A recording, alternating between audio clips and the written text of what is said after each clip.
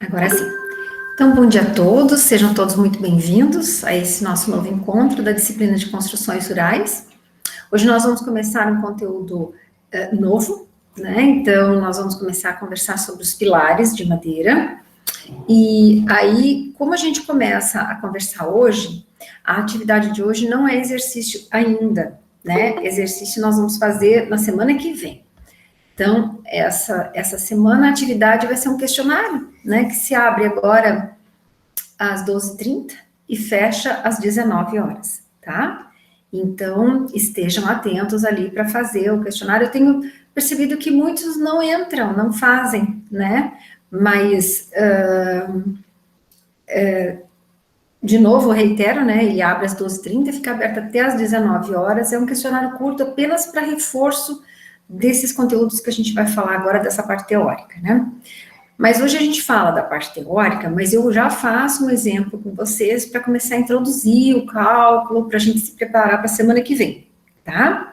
A semana que vem, sim, aí a gente vai fazer bastante exercício, nós vamos treinar bastante, aí eu vou deixar uma tarefa com vocês, e daí também vou colocar alguns exercícios complementares ali na nossa página, para vocês treinarem um pouco, né, se acostumarem com os cálculos, né, e fazerem algumas idas e vindas com os exercícios de todo o conteúdo trabalhado até agora, que aí, daí na próxima, tem essa aula, a próxima aula ainda é de atividades inerentes ao conteúdo dessa semana, que é pilares, e daí na outra a gente já faz a nossa primeira avaliação, tá bem?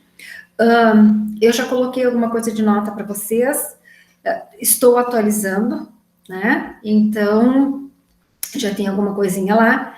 As presenças eu peço que vocês continuem marcando ali no Moodle, tá? Porque se não aparece para vocês, aparece para mim em relatório.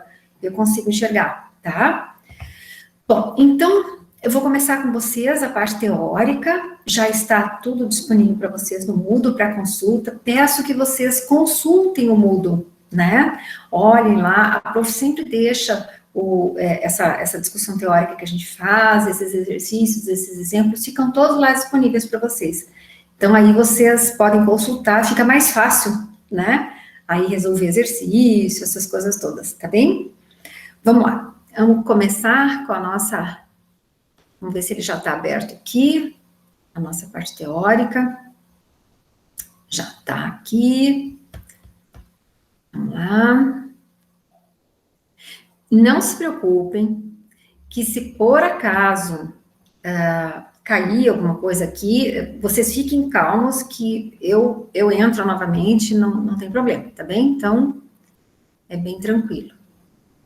A gente vai dando um jeito aqui. Então, vamos lá. Vocês já enxergam? Agora sim, prof, tá carregando. Tá? Vamos ver se ele carrega em tela inteira. Tá lento, muito lento.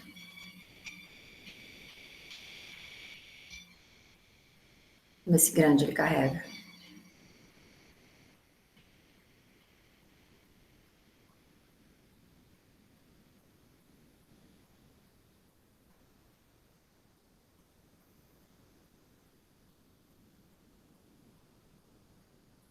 Carregou, Natália? Carregou, prof. Aparece pilares de madeira. Grande. Tá grande na tela? Sim, aham. Tá, então tá. Então vamos lá. Então, qualquer coisa, aí como eu estou atrás aqui, eu não enxergo vocês, né? Qualquer coisa vocês falem comigo, tá bem? Então vamos lá. Vamos começar aqui. Que são, na verdade, os pilares, né? Então, os pilares, eles são elementos estruturais lineares, em geral, verticais. E qual é a função deles na nossa construção, na nossa instalação, né? Ele vai estar presente. Quando eu tenho diferentes níveis, né, de construção, andares, vamos dizer assim, eles vão ser responsáveis por receber as cargas que atuam sobre eles e conduzir essas cargas até a fundação. Então, eles são elementos intermediários, né? Eles fazem a condução de cargas que estão acima deles até a fundação que fica geralmente a fundação é enterrada, né? Ela fica disposta sobre o solo, então ele faz essa condução de cargas até a fundação. Bom, junto com essas estruturas da fundação, então, eles são os principais elementos estruturais da construção, né? Lógico, se são tão importantes assim, a ruína de qualquer um deles pode causar danos globais à nossa construção, inclusive colapsar tudo. Então, assim, eu sempre comento, quando eu falo de pilares, não é exatamente pilar de madeira, mas um pilar de concreto armado, né? Que também é um pilar, né? Então, assim, eu tenho uma experiência de uma construção que nós fizemos na praia, e aí, normalmente, os apartamentos de praia, eles são, o andar térreo são os pilotis, né, que eles chamam, só os pilares, normalmente tem garagem, e os apartamentos, na verdade, começam do primeiro andar para cima, né? Bom, o que aconteceu? Na hora provavelmente, né, na hora da montagem da estrutura, né, para fazer os pilares, que os pilares foram moldados em loco, aí o que pode ter acontecido? Eles podem ter a parte de ferragem, né, deslocou, e aí foi feito os pilares, tal, erguido, e aí o que aconteceu? Essas estruturas, por elas terem sido deslocadas, elas ficaram, né, com pequenos pontos aparentes em relação ao pilar de uma forma geral, né? Então, esta aparência dessas serragens, que era muito discreta, que a gente não enxergava, assim, era uma coisa muito praticamente imperceptível, né? Mas aí a gente começou a perceber, assim, que ficaram aquelas manchas enferrujadas, né? Em alguns pontos dos pilares, vários, né? Então, o que acontece? Esse pequeno deslize no processo construtivo, né, gerou um problema muito sério, né? Então, nós precisamos, foi feita toda uma recuperação da estrutura, né? Foi feito todo o encapamento daqueles pilares, né? Então, logicamente, houve um engrossamento da estrutura. Então, o que aconteceu? Essa entre aspas, né, esse pequeno deslocar, né, esse pequeno problema que nós tivemos, gerou um dano muito maior, e aí, por que nós tivemos que recuperar? Né? Porque, como ele é um elemento fundamental na estrutura, né, se ele entrasse em ruína, se começasse, né, se esse processo avançasse, logicamente nós teríamos sérios problemas nos andares que viriam acima. Né? Então, isso é muito sério. Ele é responsável por conduzir essa carga, então ele precisa estar absolutamente íntegro, né? Coisa que não aconteceu devido a esse problema construtivo, tá? Então, isso é muito importante, né? Quer seja numa estrutura de pilar de concreto armado, quer seja numa estrutura feita com pilares de madeira, eles precisam absolutamente estarem íntegros para garantirem a estabilidade da construção e eles fazerem a função deles, que é carregar as cargas, né, da parte superior a eles e conduzi-las bem até a fundação. Então, isso é bastante sério, né? Com relação à aparência, né, então a gente tem algumas imagens aqui, né, simples, então tem uma pequena coberta, os pilares aqui, estruturando, aqui na forma de desenho, aqui uma outra construção mais ao longe, então os pilares são essas estruturas relativamente delgadas, né, que conduzem, né, aqui eu tenho os telhados, conduzem as cargas dos telhados até o ponto da fundação, né, que está enterrado aqui. Então, isso aqui são algumas imagenzinhas simples. Bom, e qual é o esforço predominante, né? Qual é o esforço que eles estão mais propensos, né? Eles devem estar mais resistentes aqui, né? Nossos esforços de compressão, as cargas que apertam. Então, assim, olha, olhando aqui essa criaturinha, né? Então, ele está sobre essa estrutura aqui, esse pisozinho, que está apoiado em cima desses pilares. Então, logicamente, ele está comprimindo os pilares aqui, nesse solo aqui, nesse chãozinho, e, logicamente, eu tenho uma fundação que não aparece aqui, então, ele está comprimindo, a carga que ele representa é uma carga de compressão, é um esforço de compressão sobre os pilares que comunica essa carga até a fundação, tá? Então, nos barracões industriais, ou nos barracões de uma forma geral, as forças verticais, ou seja, de cima para baixo, elas são suportadas pelos pilares, mas em relação às forças horizontais, muitas vezes, né, devido aos ventos, elas são de menor monta, né, quando você compara uma coisa com a outra, né, apesar das cargas verticais também serem significativas, mas o esforço que essa estrutura deve suportar também de forma horizontal, principalmente pela ação dos ventos, ele é bastante grande. Então, assim, nesse caso, os pilares, além de suportarem as cargas, eles são chamados também de contrafortes, né? Eles resistem como um todo, né, na estrutura aqui. Aí, como é que ele faz para resistir como um todo, né? Ele se une às vigas, né? Então, assim, a estrutura dos pilares sustentando as cargas verticais e as estruturas, né, de vigas. Lembrem da linha do telhado, né? A linha do telhado é uma modalidade de viga. Então, o que acontece?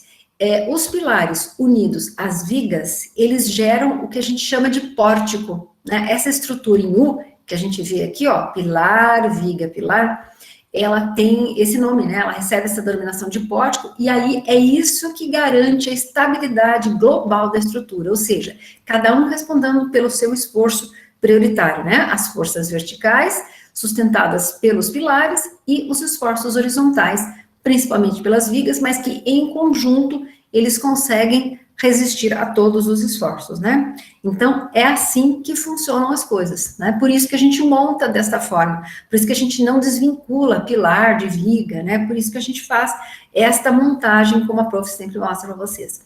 Então, aqui, ó, eu tenho exemplos de pórticos, né? Então, eu tenho uma construção de suínos aqui, criados em cama, e aí a gente vê, né? Opa, os pilares, né, os pilares aqui nas laterais. Lembra que a prof falou, olha, pelo menos um pilar embaixo de cada tesoura, né? Pelo menos um de cada lado, ó, um aqui e outro aqui, né? E aí a linha do telhado apoiada sobre os pilares, e aí esta conformação recebendo a denominação de pórtico.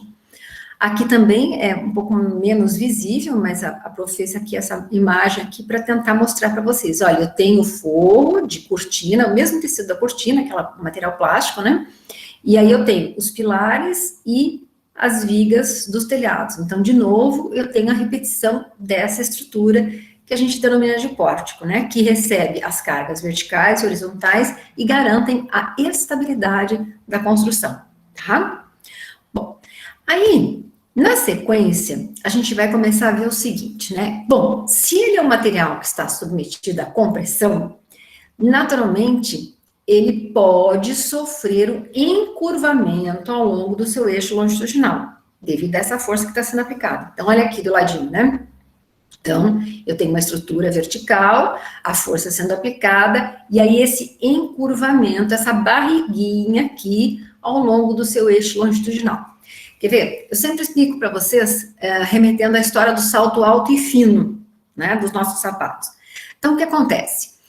A gente veste um salto bem alto e ele é bem fininho. Então, o que acontece? Ele tem uma estrutura, uma seção, né, que está conectado ao sapato, e uma seção lá embaixo, que ele fica no piso, né, muito menor do que quando você compara ao comprimento desse salto. Então, quanto mais alto o salto, quanto mais fininho, mais sujeito a esse encurvamento, né, no eixo longitudinal ele estará.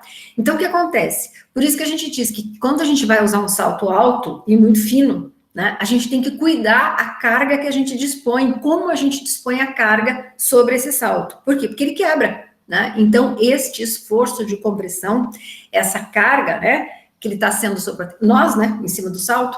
Então, assim, se você apertar com muita força a nível do calcanhar onde está o salto, então, fatalmente, se esse esforço de compressão for superado, né, ele for maior que o sustentado por esse salto, a gente vai quebrar o salto, né? Então, é exatamente isso, né? Esse encurvamento acontece ao longo do seu eixo longitudinal e, em alguns momentos, esse salto pode entrar em ruína. A mesma coisa acontece com os pilares.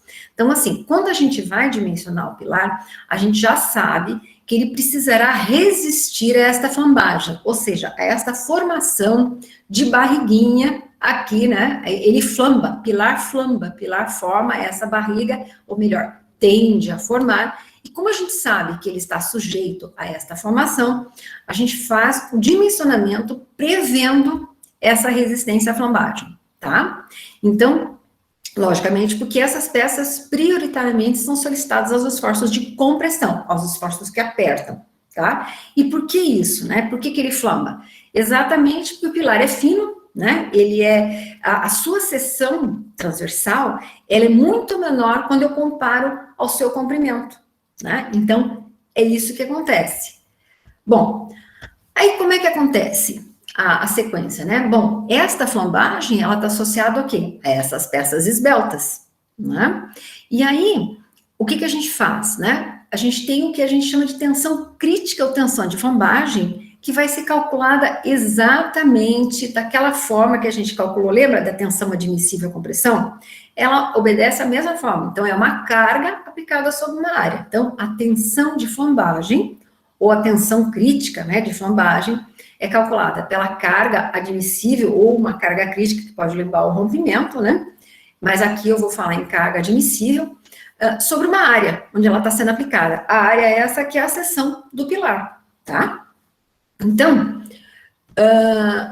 eu tenho como calcular essa e como classificar esta esbeltez desse pilar, né? Então, existe um índice que a gente calcula de esbeltez, que é o quê? É a medida das condições de flambagem, né? A medida de condições daquela formação de barriguinha, que leva em consideração o quê? O comprimento de flambagem, né? Aquele comprimento que a gente viu do pilar lá, que ela pode formar aquela barriga.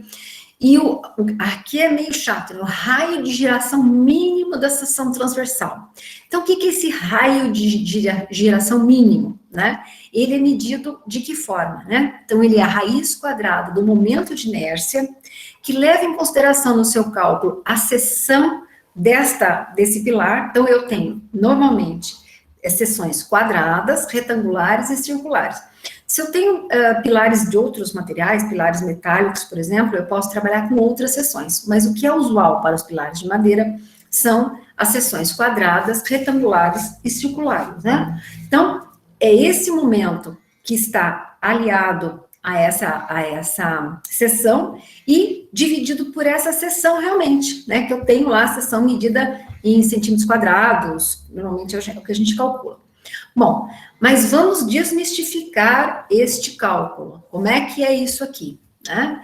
Então, para ficar mais fácil, existem dois cálculos básicos de índice de esbeltez, né? Então, quando eu estou falando num pilar de seção quadrada ou um pilar de seção retangular, olha que fácil.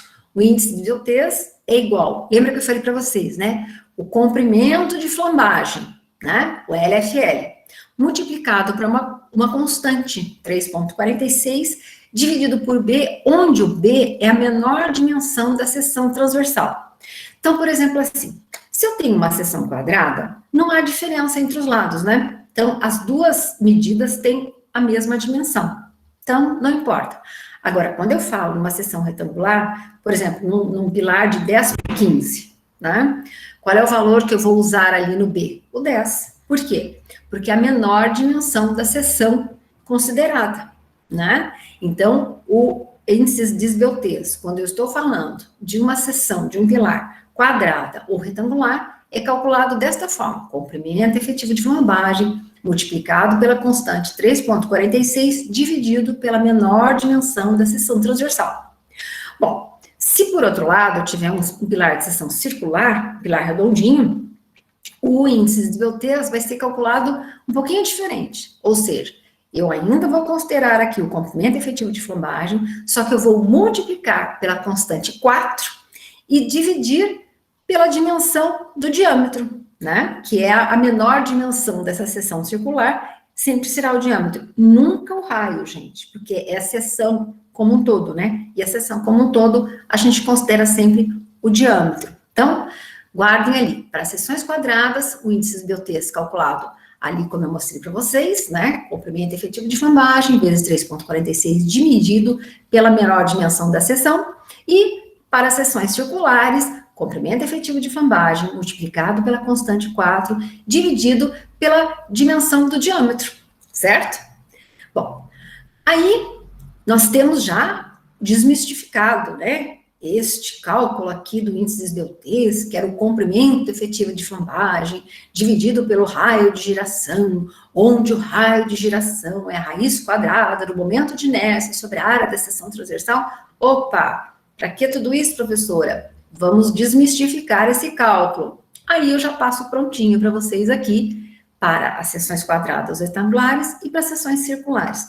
Prof, tem outros cálculos de índice de Beltrame, se eu tiver, por exemplo, uma seção em U, uma seção em L, uma seção em T? Claro que sim, né? Não vem ao caso aqui, porque a gente normalmente não vai fazer o dimensionamento para essas seções, né? Porque normalmente, para os pilares de madeira, a gente usa essas seções aqui que eu estou mostrando para vocês. Mas existem, sim, cálculos para as outras seções diferentes dessas aqui, tá? Bom, e aí? Existem diferentes níveis, né? Diferentes índices, né? Eu consigo dividir esses índices aqui, eu consigo classificar esses índices de Beltrame em relação à flambagem? Sim. Quando eu considero a relação da flambagem, eu posso ter, quando o nosso índice de desbeltez for menor ou igual a 40, a gente diz que temos peças curtas, ou seja, peças que não sofrem o efeito da flambagem. Neste caso, como eu não tenho a tensão de flambagem, vocês estão vendo aqui, ó, a tensão crítica de flambagem, aí, como ele não flamba, porque ele é curto, né, a gente considera uma peça curta, então eu posso dizer que eu tenho só o efeito da compressão sobre ele, certo? Sobre o pilar, ele não flamba, ele só vai sentir a tensão, ele só vai ter de resistir à tensão admissível à compressão, tá? Então, quando eu calcular o índice de desbeltez para a peça e ele der menor ou igual a 40, eu não tenho efeito de flambagem. Não tendo efeito de flambagem, eu só vou calcular a tensão admissível à compressão, normalmente paralela às fibras, tá? Onde a madeira é mais resistente. Agora, eu posso ter peças intermediárias, onde eu tenho um valor encontrado acima de 40, porém menor ou igual ao índice limite tabelado para todas as madeiras, né? Então, as madeiras têm um índice de desbeltez máximo aqui, né? Estabelecido em laboratório.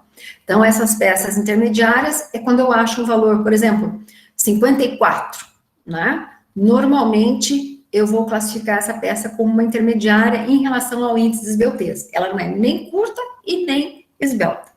Agora, quando eu acho um valor acima, né, desse índice limite para essas madeiras, né, mas, porém, ele é menor ou igual a 140, então, sim, eu tenho peça longa, eu tenho uma peça bastante esbelta, e é a pior situação. E aí, então, quando eu for... E aí, claro, né, eu tenho a tensão de flambagem, a tensão crítica de flambagem, e aí eu vou usar para o cálculo a carga crítica de flambagem ou carga de Euler. Então, a carga crítica de flambagem, eu vou calcular por uma fórmula que eu vou mostrar aqui para vocês. Antes, só um momentinho, eu vou mostrar para vocês aqui, ó. Quando eu falei para vocês valores críticos de índice de desbeltez para as madeiras, olha, eu tenho as madeiras, né, os nomes lugares, e eu tenho os índices aqui, tá?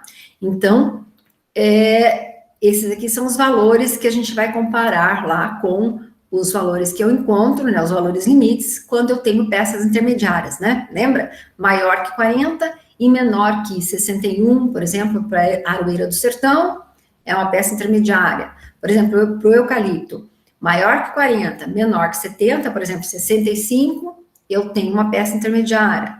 Se eu tiver uma madeira, um pilar feito em Pinho do Paraná, em Araucária, né? Se eu achar um valor de 72, eu tenho, sim, uma peça, né, onde o índice de desbeltez é intermediário, que a gente chama, tá? Bom, e aí, ó, lembrando aqui, como é que eu vou calcular numa situação limite, né, onde eu tenho um índice de desbeltez maior que o limite da madeira estabelecido, porém menor ou igual a 140. Então, a carga crítica vai ser calculada por π ao quadrado vezes o módulo de elasticidade. O que é esse módulo de elasticidade? É o inverso da elasticidade da madeira. Se é o inverso, quanto mais elástica, menor o módulo de elasticidade. Quanto menos elástica ela for, maior o módulo, né? Então, ele é inverso, tá? Então, o módulo de elasticidade da madeira, que ele é tabelado também, vezes o momento de inércia da seção. Então, assim, é esse aqui o índice que a gente usa lá, por exemplo, se eu tenho uma seção quadrada, ele vai ter um cálculo dele. Se eu tiver uma seção retangular, eu tenho um cálculo para ele. Se eu tiver uma seção circular, eu também tenho um cálculo diferente para ele, tá?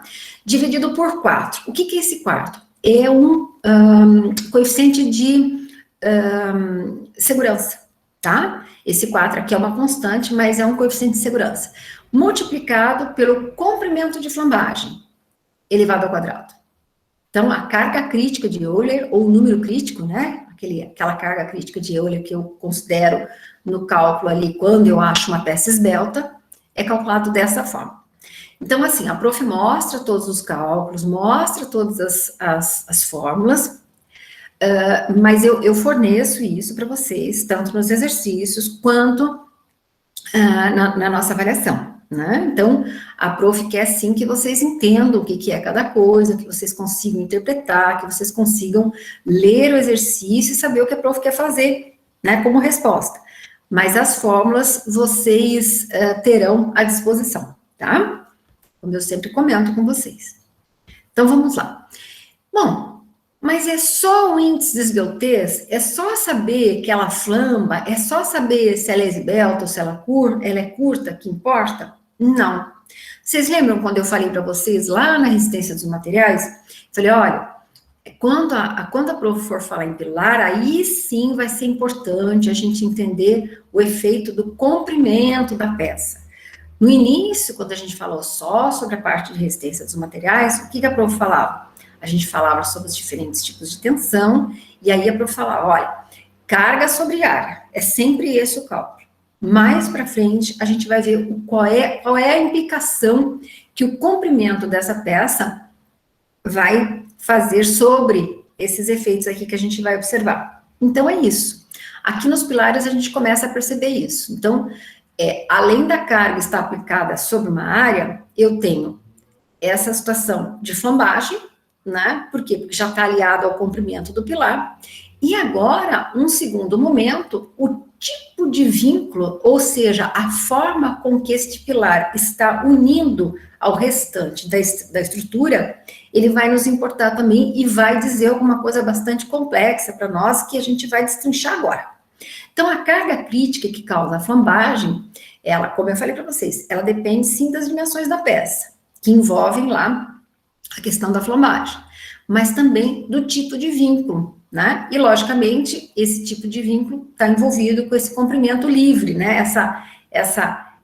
Esse comprimento que o pilar vai ter, né? Então, aqui, ó, todas as estruturas têm um comprimento. Então, esse comprimento livre é chamado de comprimento de flambagem, que a gente já tinha visto ali, né? E do seu grau de liberdade em se deformar, né? Então, a gente tem uma expectativa de deformação que forma essa barriguinha. Aí nós temos 4 tipos diferentes que a gente chama de condições de travamento, ou seja, de formas diferentes dele estar vinculado na estrutura. Então, por exemplo, quando eu tenho uma estrutura que é articulada nas duas extremidades, né, então diz-se que o comprimento efetivo de flambagem vai ser igual ao comprimento da peça. Então, por exemplo, se eu tiver um pilar articulado nas duas extremidades, que não é muito comum, né, nas nossas estruturas, né, que ele permite essa, vamos dizer assim, essa compensação de carga, então, este comprimento de flambagem, a gente diz que é exatamente o valor do comprimento do pilar, ou seja, do comprimento total do pilar. Então, essa deformação, esse grau de liberdade de se deformar, seria igual ao valor total do comprimento do pilar. Então, por exemplo, se eu tiver um pilar de 3 metros ou 300 centímetros, se eu tiver nessa situação de articulação, o comprimento efetivo de flambagem será os 300 centímetros ou os 3 metros. Bom, se por outro lado, eu tiver uma estrutura onde ele está solidamente preso aqui e livre na ponta aqui. Lembra do poste? O poste é um exemplo clássico disso, né? Ele está completamente preso no solo, mas a ponta superior, ela é livre, né? Então, a gente diz que o comprimento efetivo de flambagem, ou seja, a capacidade, o grau de liberdade que a gente chama de deformar esse pilar, né? Esse comprimento chega a 2 vezes o comprimento desse pilar. Então, de novo, se eu tiver um pilar de 3 metros, 300 centímetros, o comprimento efetivo de flambagem, quando ele estiver nessa forma de de poste, né? Preso aqui embaixo, solto lá em cima. Aí o que eu tenho? Este LFL, ou seja, esse comprimento efetivo de flambagem, é igual a 2Ls, ou seja, 3 metros, 300 centímetros, comprimento efetivo de flambagem, 600 centímetros. Agora, a terceira situação, onde eu tenho ele solidamente preso aqui embaixo, mas ele é articulado na parte superior. Esse comprimento efetivo de flambagem será apenas 70% do comprimento de L. Já numa situação em que ele é travado nas duas extremidades, um pilar de concreto, né, numa estrutura onde ele tem os andares, pensem assim, né? Então, eu tenho um comprimento efetivo de flambagem de apenas 0,50 do comprimento total do meu pilar, tá? Então, aqui eu tenho os desenhinhos, né? Ó, quando ele é livre, quando ele é articulado nas duas extremidades, quando ele é sólido numa parte e articulado na outra, e quando ele é solidamente travado, né? Nas duas extremidades, tá? Então, para a gente poder, assim, aqui, ó. Aqui não se preocupem com isso aqui, a prof só mostra para vocês, né, essa figura, porque existe o cálculo do momento de inércia, ele está relacionado, né, com a seção, né, com o formato da seção. Então, eu tenho um cálculo de momento de inércia para a seção retangular, se eu tivesse uma seção triangular, ele também, se eu tenho uma seção circular também, uma seção semicircular, uma seção em 1/4. Então, para cada formato, eu tenho um cálculo específico de momento de inércia que está atrelado a essa seção, tá? Então, e essa aqui, no caso, né, para cálculo de elementos comprimidos simples, tá? Que é o nosso caso, certo? Então, eu vou parar aqui nosso compartilhamento. Então, o que a prof falou até agora, né?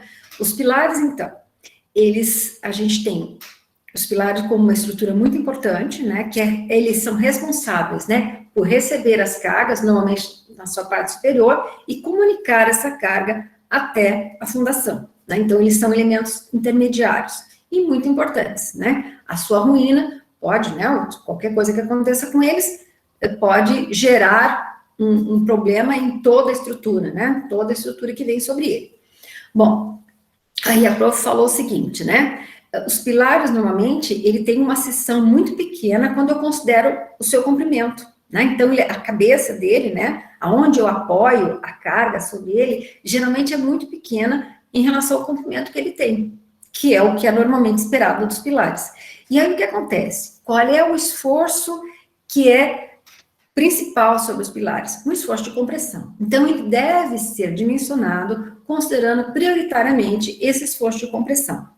Daí, o que acontece? Logicamente, né, como eu falei para vocês, é uma seção pequena em relação ao comprimento, então, quando eu comprimo, há o quê? Há a possibilidade deste encurvamento, né, da formação daquela barriguinha, que a gente diz que é aquele efeito de flambagem, né, que eu não quero que aconteça, mas eu espero isso. Então, como eu espero isso, o que acontece? Quando eu dimensiono para vencer esse esforço, para ele sempre ficar retinho, tá? E aí, assim, aí eu digo que esse formato, né, eu não quero que isso aconteça, então, assim, eu tenho peças que eu considero mais ou menos esbeltas, né, em relação à sua seção. Então, aí eu consigo categorizar os índices de esbeltez, né? Então, eu tenho desde as peças curtas, onde o índice de esbeltez é menor ou igual a 40, tem as peças intermediárias e tem as peças muito esbeltas, né? E daí, quando eu tenho peça curta, eu não sinto efeito de flambagem, ele não vai flambar, ele não vai fazer aquela barriguinha, né? Lembra do salto grosso? A gente pode ter um salto grosso de sapato, né? Alto, mas como a seção dele é avantajada em relação ao seu comprimento, ele não flamba nunca, ele não quebra, né? Agora, já o salto alto muito fininho, como ele tem uma seção muito pequena para receber a carga e ele é muito comprido, muito fininho, então a possibilidade dele quebrar, porque ele vai flambar, porque ele não vai resistir, né, ao esforço empregado, é muito grande. Então, peças curtas não flambam. Se elas não flambam, como a gente vai calcular a carga que ele suporta? Apenas considerando o efeito de compressão. Já conforme ele vai sendo categorizado, né, vai sendo considerado mais esbelto, aí sim, né, aí eu tenho uma outra forma de calcular essa carga crítica, né, essa carga que ele vai suportar ali. Então, eu vou calcular pela fórmula de Euler, né, que é aquela fórmula que eu mostrei para vocês. Bom, aí só essa relação, né, entre seção e comprimento, essa possibilidade de flambagem, ela importa? Não.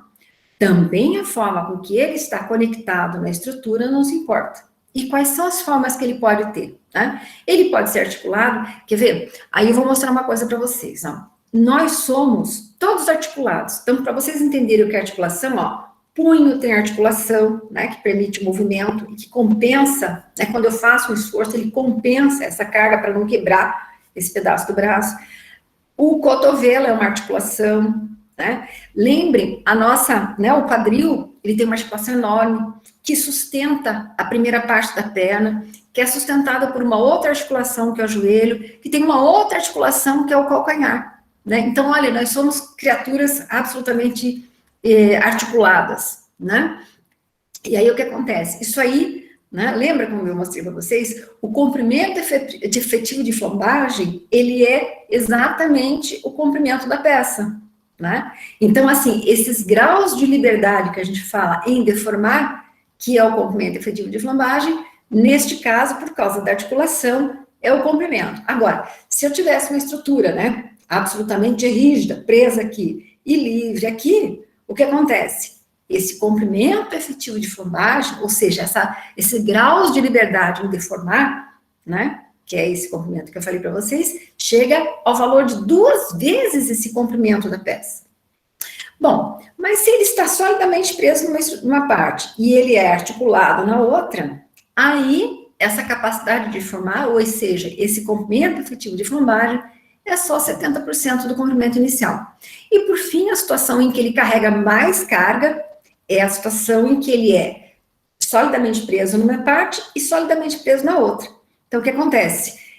O comprimento efetivo de flambagem chega somente até a metade do seu comprimento inicial, tá? Então, é a situação em que ele carrega mais carga.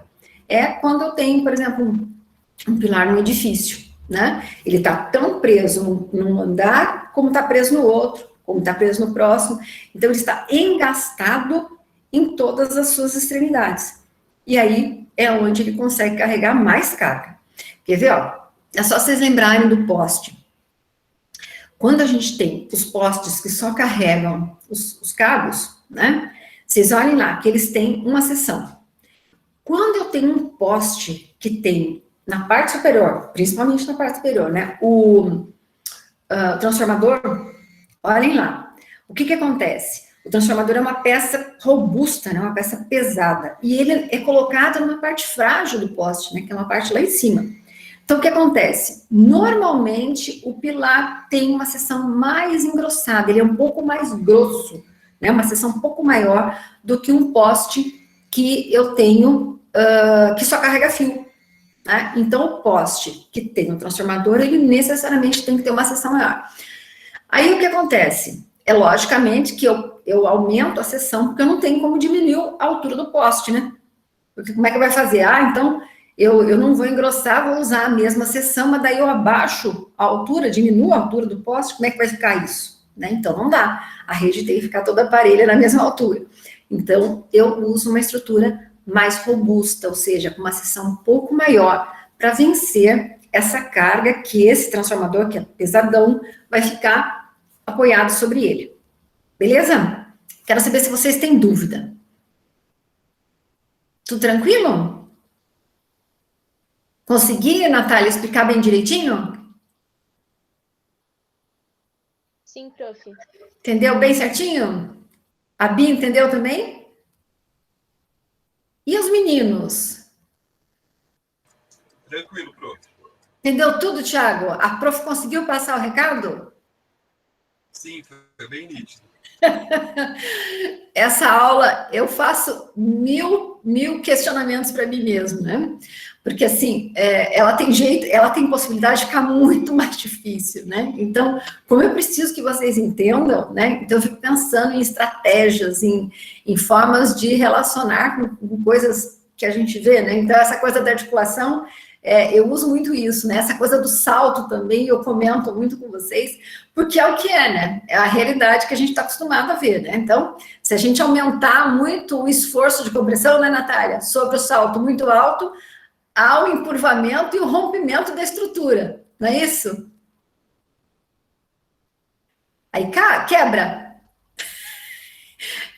Aí não dá, né, Natália? Aí é aquela coisa, né? Então, eu sempre brinco também, né, que o que acontece? Eu estou muito acostumada a usar salto, né? Então, por isso que eu sei bastante. Aí, eu uso salto há muitos anos, né? Acho que desde os 12 anos que eu uso salto. E aí, já faz tempo. O que acontece, né? Aí, qual é o grande lance? Vou contar aqui para as meninas. Como a gente tem, lógico, né? O salto tem que sustentar o corpo da gente, né? Aí, como é que a gente faz para não fazer um esforço de compressão muito grande no salto e poder usar saltos muito finos e muito altos? Meninas, a chave está em dispor o peso no peito do pé, certo? Então, você desloca, ainda fica mais elegante ainda, né? Desloca o peso para a ponta do pé, né? Então, o peito do pé passa a fazer mais força para não ter o efeito do esforço de compressão muito grande sobre o salto, porque realmente ele às vezes ele não resiste, né? Então, esse é o grande lance da gente poder usar o salto muito fino, lembrando, remetendo à questão de construções rurais, né? Então, aí a gente cuida, só que na construção não tem como a gente fazer isso, né? Mas quando a gente vai fazer isso na prática, a gente consegue fazer esse deslocar de cargas, né? A gente consegue trabalhar dessa forma para não levar ao rompimento a estrutura do salto, né? Que é o nosso pilar. Queridos, se vocês entenderam direitinho, aí a prof vai fazer um exemplo com vocês, tá? Eu vou mostrar para vocês para começar a introduzir o cálculo com vocês, né? Porque eu mostrei algumas formas, mas eu preciso mostrar como é que isso funciona na prática para vocês. Vamos lá, eu vou mostrar para vocês um exemplo, eu vou levar vocês para a lousa daí, né? Para vocês conseguirem começar a relacionar as coisas. Aqui, ó. Então, eu fiz um exemplozinho aqui, né? Eu tenho uma madeira do Pinheiro do Paraná, né? Que é a araucária, né? E que no ensaio de laboratório apresentou limite de resistência à compressão paralela às fibras. O que é esse limite de resistência à compressão paralela às fibras? Eu coloquei aqui exatamente para lembrar lá da parte de resistência dos materiais, né? Como ele apresentou este valor de limite, 257 kgfs por centímetro quadrado, então significa que eu atingi a tensão máxima, né, a tensão de ruptura. O limite de resistência à compressão paralela às fibras, na verdade, é aquele índice, né, aquela tensão de ruptura, ou seja, chegou nesse ponto, ele resistiu, mas rompeu, né? Então, no laboratório, essa madeira apresentou esse valor. Agora, logicamente, que eu não vou trabalhar com esse valor para o dimensionamento do meu pilar. Então, vocês vão ver que a prof vai usar um valor de 51 kgfs por centímetros quadrados, que é uma parte dessa resistência limite, uma parte dessa tensão limite, né? Para que eu possa calcular o meu pilar. Então, olha, a madeira Pinheiro do Paraná, em ensaio de laboratório, apresentou limite de resistência à compressão paralela às fibras de 257 kgfs por centímetro quadrado. Logicamente, então, ela tem uma tensão admissível, né, que eu vou usar para o cálculo, que no caso aqui do Pinheiro do Paraná, 51 kgfs por centímetro quadrado. E o módulo de elasticidade, né, que é o E, que é o inverso da elasticidade, de 105 kgfs por centímetro quadrado. Então, esses valores, queridos, são todos tabelados para madeira, tá? Eles são tabelados. E aí, um pilar desta madeira possui seção de 20 por 25. Então, o meu pilar tem essa seção. Determine a carga admissível, a carga axial, nas seguintes situações. Então, é a carga que ele vai conseguir carregar sem se romper, certo? E aí, eu vou calcular esse pilar em duas situações. Quando ele for articulado E quando a prof disser um pilar articulado, vocês leem, pilar articulado significa que ele é articulado nas duas extremidades. E de 2 metros de comprimento. E numa segunda situação, ele é engastado numa extremidade, ou seja, solidamente preso numa extremidade e livre na outra. É o caso do nosso poste. E ele, neste caso aqui, terá 3 metros de comprimento, né? Então, ó, é a madeira que eu vou usar, o limite é esse, eu não vou usar o valor de limite, eu vou pegar o valor de admissível, porque eu quero a carga admissível, a carga que ele vai carregar, né, que é a carga axial, sem rompimento, tá? E aí eu dou também uma alta eletricidade, e neste caso aqui eu vou dar a seção já do pilar, tá? Então, vou levar vocês para a lousa. Vou voltar aqui com vocês, para a gente poder levar vocês aqui para a lousa, e vou tirar o esfumaçado do fundo, né, que eu deixei para não ficar aqui, ó. Eu vou alterar o pano de fundo para vocês poderem enxergar a lousa, senão vocês não enxergam. Pronto. Agora sim, ó. Opa. Bem quadradinho, Thiago? Lousa inteira na tela? Tranquilo? Peraí.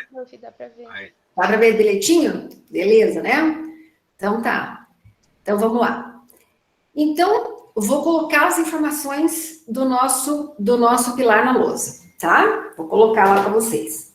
Então, ele é um pilar de Pinheiro do Paraná, né?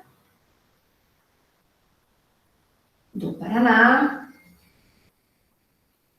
Certo?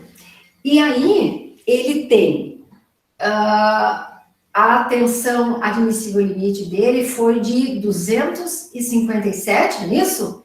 Quilogramas forças por centímetros quadrados.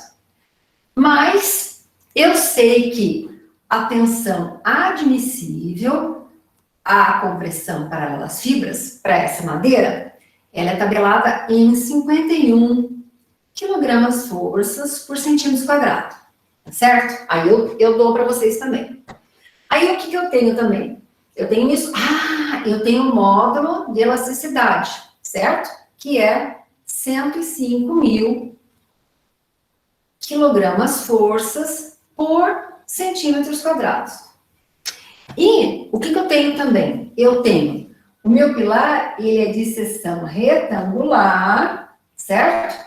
E ele tem 20 por 25, certo? Ele é retangular. O que mais que eu tenho também? Eu tenho as condições. Então, esse pilar foi ensaiado, eu achei esse valor limite, eu sei que essa é admissível, eu sei que essa madeira tem esse módulo de elasticidade dessa, e eu sei que o meu pilar, que eu vou testar, tem essa seção, certo? Aí, eu quero saber o que vai acontecer se eu construir um pilar que for articulado, tá? E ele tiver 2 metros. Oi? Desculpa atrapalhar, deu uma travada aqui, cortou bem na hora que a professora falou. O 51, ele é da onde mesmo? Tabelado, tensão admissível à compressão. Ah, tá, obrigada, entendi. Tá? Então, ele é tabelado. Tudo isso aqui é tabelado. Então, a condição inicial, ele vai ser construído de forma articulada, ou seja, ele vai ser colocado de forma articulada na estrutura, o vínculo que ele vai estar preso, e ele vai ter 2 metros de comprimento. Depois, eu vou tentar verificar qual é a carga que ele vai suportar, se ele for engastado numa extremidade e livre na outra, na situação de poste. E ele vai ter 3 metros de comprimento. Eu quero saber qual é a carga que ele consegue carregar nessas duas situações. Então, ó, ele vai ser de Pinheiro do Paraná, ele vai ter essa seção. Quando ele foi testado, essa madeira no laboratório, ele chegou a esse valor aqui de tensão limite, né, de resistência limite à compressão, mas eu sei que a tensão admissível compressão ex tem esse valor, eu tenho um módulo de elasticidade que é de 105, e eu quero verificar se eu tiver esse pilar com 2 metros de comprimento e articulado nas duas extremidades, o que acontece? Qual é a carga que ele vai carregar? E se ele tiver 3 metros de comprimento, porém ele estiver vinculado à estrutura, engastado numa extremidade e livre na outra, o que vai acontecer? Quanto é que ele carrega de carga? Bom, então, diante dessa... Vocês anotaram isso no caderno? Anotaram? Sim, prof, eu anotei. Sim? Tá anotadinho? Porque eu vou precisar apagar a lousa, né, Natália? Então, ó, isso aqui que tá a tradução do exercício em poucas palavras, tá? Quero saber carga que ele carrega, carga axial, né? Nessas duas condições. Então, o que nós temos? Vou calcular numa situação e na outra. Vamos lá. Vou apagar aqui, tá?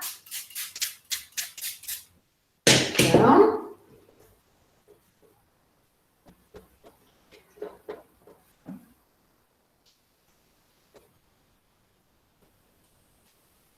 olha lá. Vamos lá. Ui. Condição A, né? Ele é articulado e ele tem 2 metros de comprimento. Bom, o que já me diz isso? Quando ele é articulado, lembra que eu falei para vocês? O comprimento efetivo de flambagem é igual ao comprimento do pilar. Então, essa é a condição inicial. Então, se o meu comprimento do pilar é 2 metros ou 200 centímetros, o comprimento efetivo de flambagem também será 200 centímetros. Então, aqui, ó, se isso é igual a isso, então, portanto, o comprimento efetivo de flambagem será igual a 200 centímetros, que é o 2 metros transformados em centímetros. Por que eu transformo? Porque todo o cálculo vai envolver, vocês viram? Quilogramas por centímetros quadrados, centímetros a quarta. Então, eu já faço a transformação aqui do comprimento efetivo de flambagem. Se eu tinha o comprimento de 2 metros, transformei para 200 centímetros. Como a condição é articulado nas duas extremidades, então, o LFL é de 200 centímetros, tá? Bom, o meu pilar é retangular, tá? E ele tem 20 por 25. Vamos saber, para eu poder calcular a carga, eu tenho que verificar o índice de esgueltez. Então, como é que é isso? No caso, o índice de esgueltez aqui vai ser, como é uma seção retangular, o comprimento efetivo de flambagem vezes a constante de 3,46 dividido por B, onde B será a menor dimensão da seção transversal. Então, vamos lá. O nosso índice de esgueltez vai ser o comprimento efetivo de flambagem, 200 vezes a constante de 3,46, dividido pela menor dimensão da seção, que será 20, né? 25 por 20, a menor dimensão é 20. E por que é a menor dimensão? Porque é onde ele vai ser mais frágil, né? Então, o comprimento maior, teoricamente, ele é mais resistente. A seção, né, uma seção retangular, eu tenho diferenciação, então ele seria menos resistente, a situação limite estaria atrelada à menor dimensão dessa seção, por isso que a prof usa o 20, tá? Se fosse 10 por 15, eu usaria o 10, se fosse 10 por 12, eu usaria o 10, né? Então é sempre a menor dimensão da seção transversal, tá? E aí, o que dá essa coisa aqui, ó? Vamos fazer o cálculo. 200 vezes 3,46 dividido por 20. O que vocês acharam aí? Eu achei 34,6, prof. Exatamente, Natália. 34,6. Aí, a gente vai olhar lá naqueles 3 níveis, lembra? Naquelas 3 categorias? Então, o que acontece aqui? Eu achei 34,6. Então, lembra, olha, 34,6 é menor do que 40. Vocês lembram? Então, é o primeiro nível. Aqui eu tenho uma peça curta. Não é isso? Então, aqui eu não tenho o efeito de flambagem. E se eu não tenho o efeito de flambagem, no dimensionamento da carga, eu vou só considerar a tensão admissível à compressão. Lembra? Ele é um pilar curto. Ele é um pilar que não flamba. Ele não vai deformar com a flambagem. Então, eu não preciso me preocupar com isso. Então, só tenho que me preocupar com a tensão admissível à compressão paralela às fibras, né? Que então, qual é o cálculo que eu vou fazer? Ó, entenderam aqui? Ficou claro para vocês? Sim, prof. Tranquilo? Então, o 34,6 é menor que 40. Então, é a primeira situação, né, Ângela? É a situação 1, é o caso 1. Vamos colocar aqui, caso 1, né? Onde eu tenho uma peça curta, tá? E aí, como é que vai ser? Vou apagar. Posso apagar? Pode? Pode, prof. Então, o que vai acontecer? Aí, ó, como é que eu vou calcular ali a carga? Então, a tensão de flambagem, né? Essa tensão de flambagem, ela vai ser igual à tensão admissível à compressão das fibras. Então, qual é o cálculo da tensão admissível à compressão das fibras? Vai ser a carga sobre a área. Vocês lembram? Lá da resistência dos materiais? Mas eu quero saber a carga. Então, como é que a gente vai fazer? Carga vai ser área vezes a tensão admissível à compressão paralela às fibras. Certo? Então, qual é a nossa área? 20 por 25, né? 20 por 25. Não é isso? Então, isso aqui vai dar quanto? 20 por 25. 20 vezes 25 vai dar 500 centímetros quadrados. Não é isso? Essa não é a nossa área? 500 centímetros quadrados.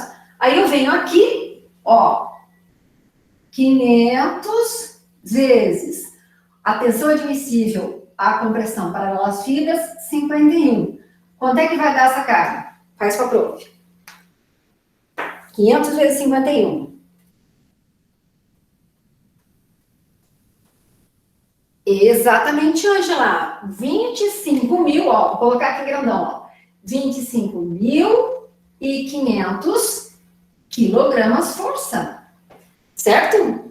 Porque, ó, é 500 centímetros quadrados vezes 51 quilogramas forças por centímetros quadrados. Então, eu vou cortar os centímetros quadrados, me sobra os quilogramas forças. Então, assim, esse pilarzinho é um pilar de seção avantajada, né? 20 por 25, vamos respeitar esse pilar, né? Então, é um pilar de seção muito grande em relação ao seu comprimento. 2 metros é um pouquinho mais baixo que a porta, né? Olha lá a porta. Olha lá, baixinha, né? Então, ó, 2 metros da porta é um pilar baixinho. E aí, 20 por 25, gente, é algo, né? Relativamente grande, né? Então, ele é um pilar curto, é o caso 1, então ele carrega bastante. Ele consegue suportar uma carga bastante grande, certo? Então, essa é a carga. Anotado isso. Vamos para a segunda situação? Entenderam aqui o que a prof fez? Ficou claro? Todo mundo entendeu? Uhum. Tranquilo? Regiane, você entendeu?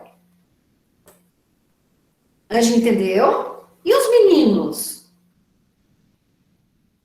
Bia, você entendeu? Gabriel, Thiago? Paulo, você entendeu? Entendi, professora. Professora, eu só tive uma dúvida. Ah, viu? Ó, só teve uma dúvida. Fala. Na tela anterior, antes da senhora apagar, a senhora colocou 3,46. Da onde ele saiu? É da fórmula. É uma constante. Ah, tá, beleza. Lembra que Eu não anotei, eu falei, de onde saiu? Tem lá na transparência, quer dizer, transparência é antigo, né, gente? Não é transparência. Não sei quem que falou para mim, professor. Foi você, Thiago, que falou para mim. Professora, a gente não tem mais transparência. Eu digo, mas a professora é antiga. Então, assim, no slide, professora, então tá. Então, no slide que eu tinha mostrado para vocês, lembra? Que é aquela raio de giração, aquela coisa toda complexa. Eu falei, ó, vamos desmistificar isso, né? Quando eu tenho seção quadrada e retangular, o índice de esbeltez é comprimento efetivo de flambagem multiplicado pela constante 3,46, dividido pela menor dimensão da seção, que é o Bzinho. Lembrou, Thiago? Lembrei. Isso. E se eu tiver uma seção circular? Anota lá no papel, no caderno. Se a seção for circular, o comprimento efetivo o comprimento efetivo de flambagem, ou seja, o índice de esbeltez é o comprimento efetivo de flambagem, é o LFL, multiplicado pela constante 4, dividido pelo diâmetro, que é a medida que nós temos da seção circular. Sempre diâmetro, nunca raio, né? Porque eu tenho que considerar a seção como um todo. A seção como um todo é sempre o diâmetro que a gente relaciona. Legal? Certo. Beleza? Então, dá até para a gente brincar um pouco. Se a gente quiser usar, ao invés de seção retangular aqui, a gente pode propor, por exemplo, eu quero testar isso aqui se a gente fosse usar um pilar circular de 20 centímetros, por exemplo, de diâmetro, tá? Aí a gente consegue fazer os mesmos, né, as mesmas inferências aqui, mas com um pilar circular, para a gente ver a diferença que dá, tá? Ou eu posso fazer um pilar de 20, eu posso fazer um pilar de 22 ou de 25, e até a gente comparar com a mesma situação, né? Articulado, 2 metros, depois livre, engastado, com 3 metros, aí eu faço com seção retangular, posso testar com seção circular e posso testar com uma seção quadrada, para ver o que acontece, né? É bem gostoso da gente brincar assim, né? A gente vê o que acontece com as seções, né? Entendeu? Lembrou, filho? Anotou no caderno? Então, vamos lá. Posso apagar? Bacana aqui? Então, tá, vamos lá. E professor? Vamos lá.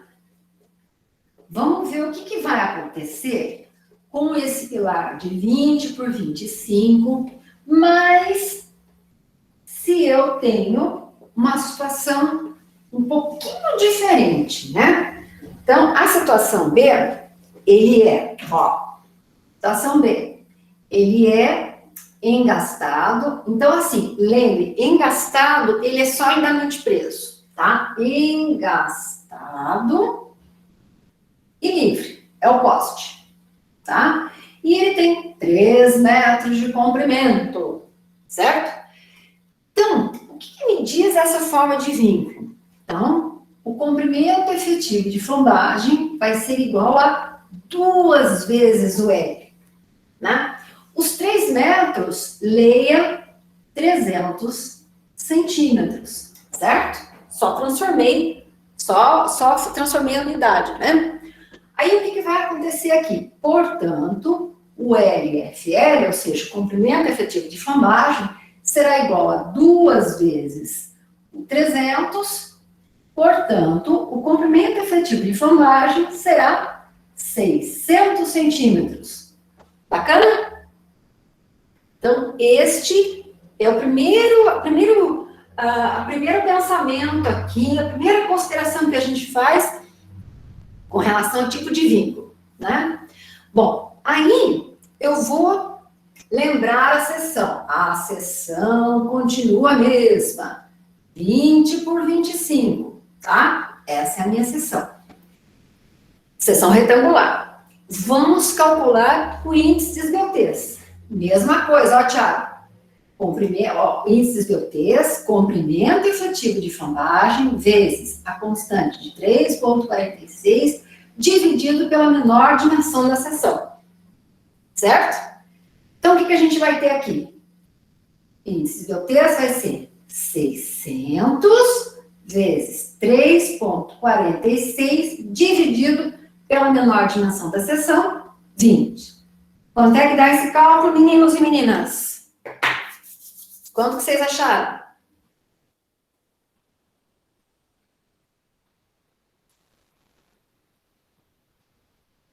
R$ 103, isso. Isso, 103,8, né, Ângela? Né, Natália? Ó, 103,8.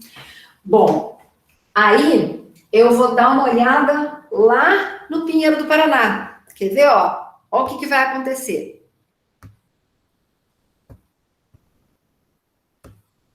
Olhe lá. Lembra lá o nosso Pinheiro do Paraná? Vocês lembram que a prof falou, ó, o índice de esbeltez crítico, 87, certo? Então, o que vai acontecer? 103,8, ele é maior do que 87, porém, ele é menor do que 140. Não é isso?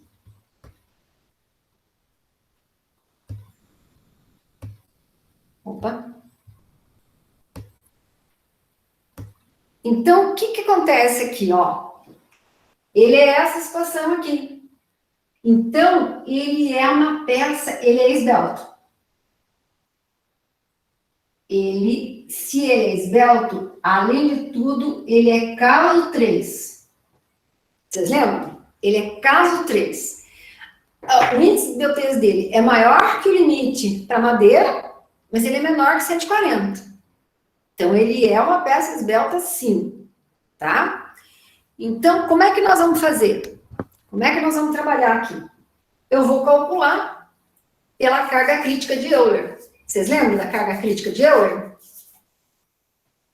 Que o meu objetivo é calcular a carga. Certo? Então, vamos lá. Vocês anotaram? Posso calcular? Então, tá. Sim, prof. Então, caso 3, tá? Caso 3. Vamos lá. Aí, como é que vai dar isso?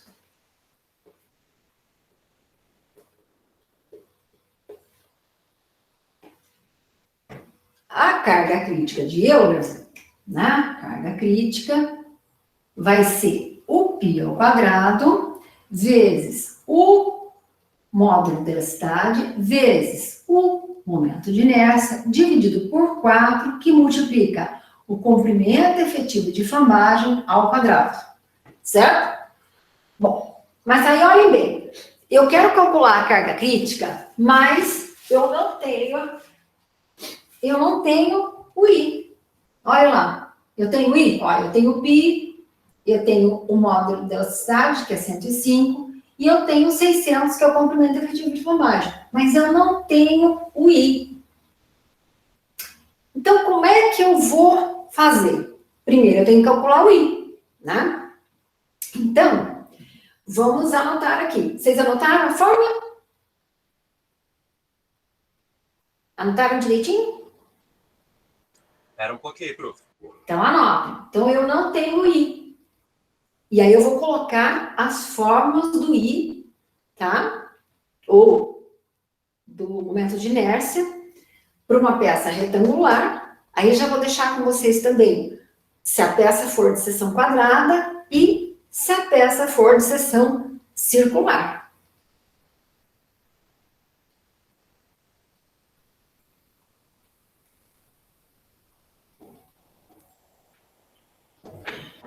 Pronto. Beleza? Posso? Oh, Ali, em cima do I é o quê? É o risco? é uma flechinha. É uma flechinha. Para chamar a atenção, que eu vou calcular o I. Tá ruim a iluminação, Thiago? Oi? Tá ruim a iluminação? Não, é que pra mim tá um pouco embaçado. É, Jesus. Embaçado. Será? Mas pode ser também por causa da velocidade da internet e também do tamanho da minha projeção. Pra mim tá E tranquilo. aí, como eu tô projetando na TV, pra mim fica mais fácil de acompanhar tudo que acontece. Tá. Mas depois ficando gravado, acho que vai, né, Natália? Sim, prof. Pra mim tá Sim, aí a qualidade lá vai. Tá, então tá. Então era uma flechinha, viu, Thiago? Vou apagar aqui para a gente ver as diferentes formas de calcular o momento de inércia. Então, por exemplo, se eu tenho uma situação retangular, como é o caso, o momento de inércia, que é o I, vai ser a base ao cubo vezes a altura dividido por 12, tá? Então, a base é o menorzinho. Então, B, altura, o maiorzão aqui, tá certo?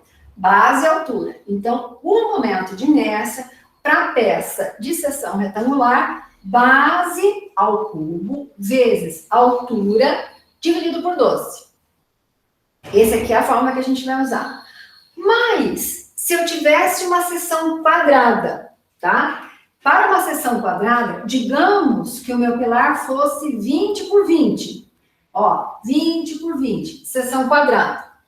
Então, o momento de inércia será o lado elevado à quarta potência sobre 12, né? Posso chamar de A ou posso chamar de B, se quiser também, né? B a quarta sobre 12. O que eu quero relacionar é que não tem variação de lado, né? De dimensão de lado. Então, A a quarta sobre 12, tá? Agora, se eu tivesse uma estrutura de seção circular, tá? Eu tenho diâmetro ou eu tenho raio, tá? Diâmetro ou raio. Então, assim, o momento, né? Vai ser, o que eu tenho? Momento de inércia para uma peça circular, de seção circular, vai ser o diâmetro a quarta sobre, π vezes o diâmetro a quarta. Só um pouquinho, eu já vou projetar aqui para vocês, para ficar mais fácil. Deixa eu ver se ele abriu. Abriu. Se não está muito bom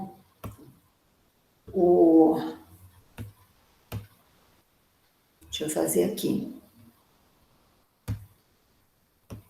Ó, vou projetar aqui para vocês, que daí talvez fique mais claro, né, Thiago? Ó, olha aqui nesse cantinho. Então, se a seção é quadrada, o momento de inércia é a quarta sobre 12, certo? Se a seção é retangular, olhem aqui, base ao cubo vezes o H, tudo isso dividido por 12. Agora, se a seção é circular, tá? Então, a seção circular vai ser o π vezes o diâmetro a quarta dividido por 64. Ou, se eu for relacionar com o raio, vai ser π vezes o raio a quarta potência dividido por 4. Tá? Viram aqui bem grandão, ó? E aqui eu tenho a fórmula da carga crítica também, ó. Π ao quadrado vezes o módulo de velocidade vezes o momento de inércia, tudo isso dividido por 4, multiplicado o comprimento efetivo de flambagem elevado ao quadrado. E aqui a fórmula da tensão admissível, né? A compressão paralela às fibras. Carga sobre área. Beleza? Tranquilo? Então, ó, se a seção é retangular, B ao cubo vezes H sobre 12. Base elevada ao cubo vezes a altura da peça dividido por 12. Por isso que a prof nunca fala em altura de pilar. A prof sempre fala em comprimento de pilar. Quando a gente estiver falando de altura, a gente vai estar falando de seção. Altura, base, lado, diâmetro, tá? Agora, se a seção fosse quadradinha, né? 20 por 20, por exemplo, onde eu não tenho variação, né, entre os lados, então o momento de inércia seria A quarta sobre 12. E, por fim, se eu tivesse uma seção circular, né, se eu for usar como referência o diâmetro para o cálculo, então o momento de inércia vai ser π vezes o diâmetro a quarta sobre 64. Porém, se eu for fazer o cálculo a partir do raio, π vezes o raio a quarta sobre 4, tá? Raio a quarta, vezes aqui no meio. Beleza? Anotaram direitinho? Mas a prof passa aquele material lá com as fórmulas para vocês também, tá bem? Só para vocês anotarem aqui. Bom, aí então, feito essa consideração sobre as seções, vou voltar ao que interessa, ou seja, vou voltar a calcular o momento de inércia da minha peça inicial, que tem de seção 20 por 25. Anotaram? Posso apagar? Sim? Beleza. Então, vamos lá. Então, como é que vai ser isso? Muito fácil. Então, vamos lá. Então, o momento de inércia da nossa peça vai ser o quê? Base ao cubo, 20 ao cubo, vezes H, 25, dividido por 12. Faça esse cálculo aqui para a prof, por favor. 20 ao cubo, se eu não me engano, dá 8.000, né? Vezes 25 dividido por 12. Quanto que dá? Oba! É, ó, 16.666,67, Ângela. A gente arredonda para segunda casa após a vírgula. Então, ó, 16.666,67 centímetros a quarta. Professora, o que é isso? Minha gente. Centímetros a quarta. Por quê? Porque aqui, como era centímetros, ficou centímetros ao cubo. Aqui, eu estou multiplicando por centímetros. E o 12 não tem nada, né? O 12 é da forma. Então, o que acontece? Lembra na matemática? Bases iguais, como eu estou multiplicando, eu somo os expoentes. Vocês lembram disso, né? Vai ficar centímetros, 3 mais 1, centímetros a quarta. Porque não é uma dimensão que a gente está... centímetro a quarta é o quê? Centímetro ao quadrado é a área. Centímetro é comprimento, né? E o centímetro a quarta? Momento de inércia. Tá? Vou fazer uma consideração aqui com vocês. Olha, momento de inércia não é cálculo de seção. Tá? Momento de inércia está envolvendo ali, né? Não está envolvendo só as dimensões da peça, ele relaciona a dimensão da peça, mas ele não envolve só isso, né? Então, se a gente for calcular a área da seção, é outro cálculo, lembra? Se eu for calcular a área do quadrado, é lado vezes lado, que dá centímetros quadrados no caso.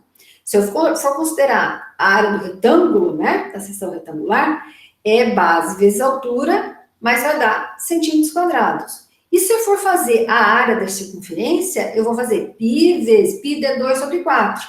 Ou πr ao quadrado. Vocês lembram? Então, os cálculos são diferentes. Quando eu faço momento de inércia, eu estou, sim, me referindo ao tipo de seção, mas não é só isso que eu estou considerando no cálculo, tá? Por isso que dá tudo em centímetros a quarta, estranhos assim, né? Agora, quando eu falo em área, aí são aqueles cálculos simplesinhos da matemática. Lembra? Do cálculo, do pré-cálculo. Então, lembrem disso, tá bem? Então, uma coisa, outra coisa, tá? E aqui eu tô falando de momento de inércia. Tranquilo? 16.666,67 centímetros a quarta, momento de inércia desta minha seção de 20 por 25. Beleza, Natália? Vamos lá. Agora, com este valor, consigo calcular a carga crítica desse pilar. Vamos lá. Olha que fácil. Como eu digo, sempre não requer prática, muito menos habilidade. É só disponibilidade de fazer os cálculos. Carga crítica vai ser o quê? π ao quadrado vezes o módulo de elasticidade vezes o I. Tudo isso vai estar dividido por 4, que multiplica o comprimento efetivo de flambagem ao quadrado. Vamos traduzir tudo isso? Carga crítica de Euler vai ser... O π vocês usem inteirinho, o π da calculadora, né? 3, 14, 15, 9, 26, aquele π inteiro. Eleva ao quadrado, multiplica pelo módulo de elasticidade, 105.000, vezes o momento de inércia que a gente acabou de calcular, certo? Tudo isso vai estar dividido por 4, que multiplica os 600 ao quadrado. Então, assim, ó, vou até pôr entre parênteses aqui, para vocês lembrarem que primeiro vocês elevam ao quadrado as coisas para depois multiplicar, certo? Primeiro eleva os 600 ao quadrado para depois multiplicar. E aí depois divide um pelo outro, tá? Isso aí é aquela coisa, aquela regra da matemática, né? O que é mais complexo a gente resolve primeiro. Então, lembra? Se eu tenho um cálculo exponencial, eu faço ele primeiro. Se eu tenho multiplicação e divisão, eu faço eles primeiro. E por último, eu faço soma e subtração. Lembram disso, né? Façam para a prof, vamos ver quanto que a gente acha de carga crítica. Quanto que é a carga crítica que esse pilar carregaria? 11.994,31? 11.994? Isso? Deixa eu olhar lá.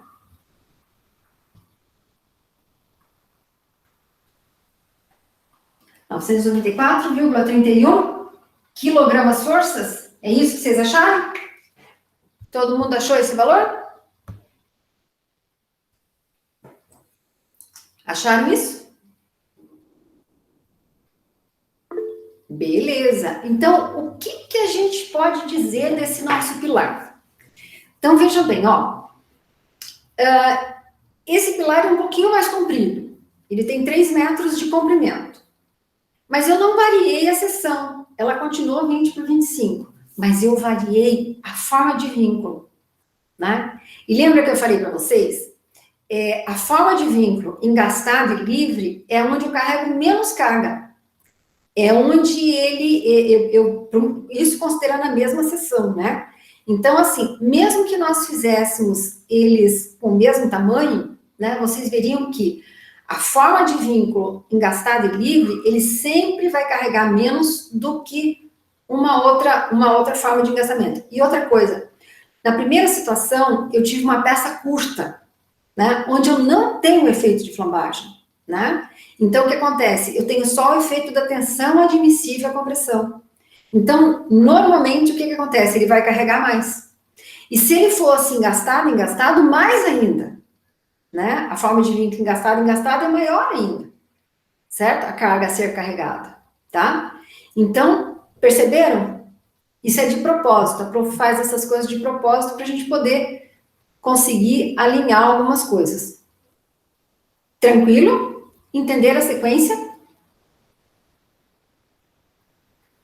Na prática, o que acontece, né? Na prática, normalmente a gente não tem a seção, né? A gente tem a carga que ele vai carregar, né? Então, assim, eu tenho um telhado. Lembra que a gente calculou o telhado? A gente calculou aqueles telhados pesadões, quase 65 mil quilos lá, quilogramas força, aquele telhado de barro, e 29 e pouco, aquele telhado de cimento amianto, né? De telhas de cimento amianto.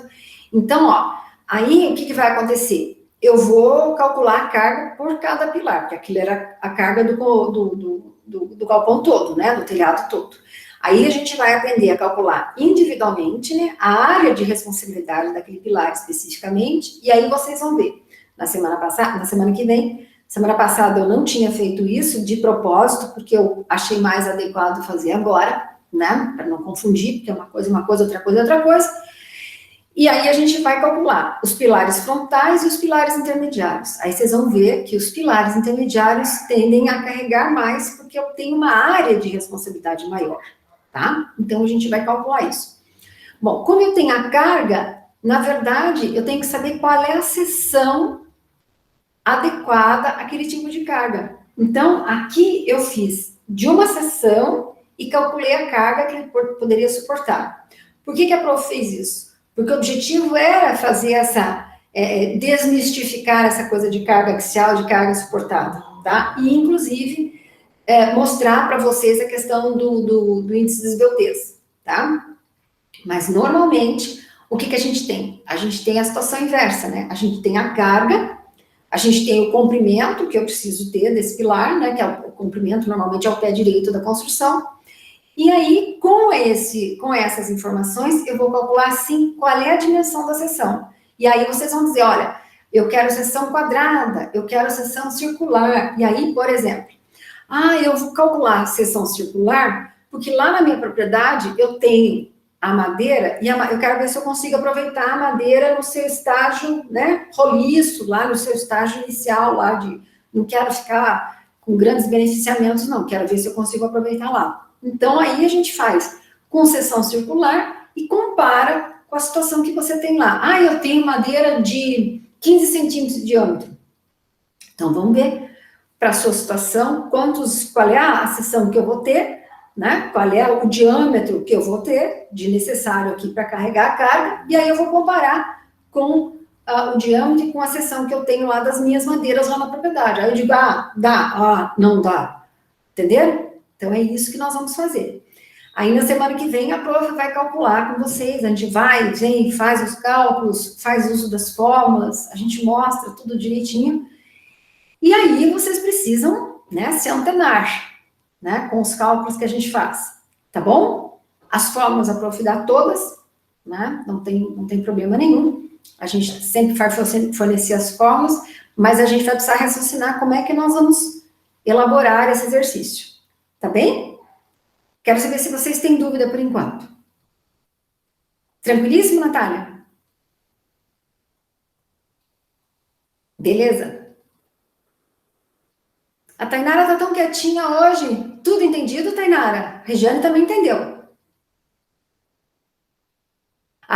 Viu, Natália? É sim. Por isso que a prof... Tá entendendo, Tainara? Anotando tudo. Até o pensamento da prof anota, né?